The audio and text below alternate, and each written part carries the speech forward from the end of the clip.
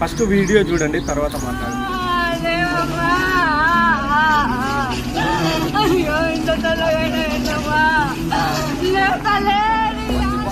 రెండు నెలల పాపని తీసుకుపోతే ఆ పాపని తీసుకుపోయి కాళ్ళగాడ పెడితే వాడు కనికరిస్తాడేమో అని, వాడు పులిలాగా కొడుతున్నా ఆ పులికి కూడా కనికరం ఉంటుందని పాపని తీసుకుపోయి ఆ పులి కాళ్ళకాడ పెడితే ఆ పులి పాపను కూడా కాటేస్తారు. సంఘటన జరిగింది నాగల్ కర్నూలు జిల్లాలో.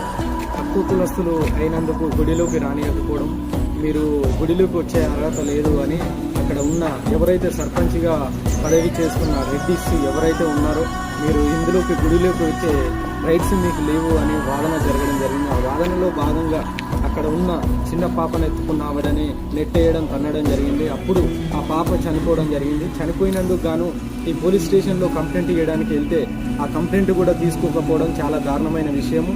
ఈ కాంగ్రెస్ ప్రభుత్వంలో ఇలాంటి సంఘటన జరగడము అయినా కూడా పోలీసు వాళ్ళు పట్టించుకోకపోవడం చాలా దారుణమైన విషయము. దీని మీద ప్రతి ఒక్కరూ స్పందించాలి. ఎవరైతే ఆ గుడిలోకి రానియకుండా ఉన్న అక్కడ ఉన్న సర్పంచ్ ఎవరైతే ఉన్నారో రెడ్డి వ్యక్తి, ఆ వ్యక్తిని కన్నీనందుకు గాను ఆ చిన్న పాప ప్రాణం తీసినందుకు అలాంటి వాడకాన్ని రోడ్డు మీద బట్టలు ఉడదీసి కొట్టాలి.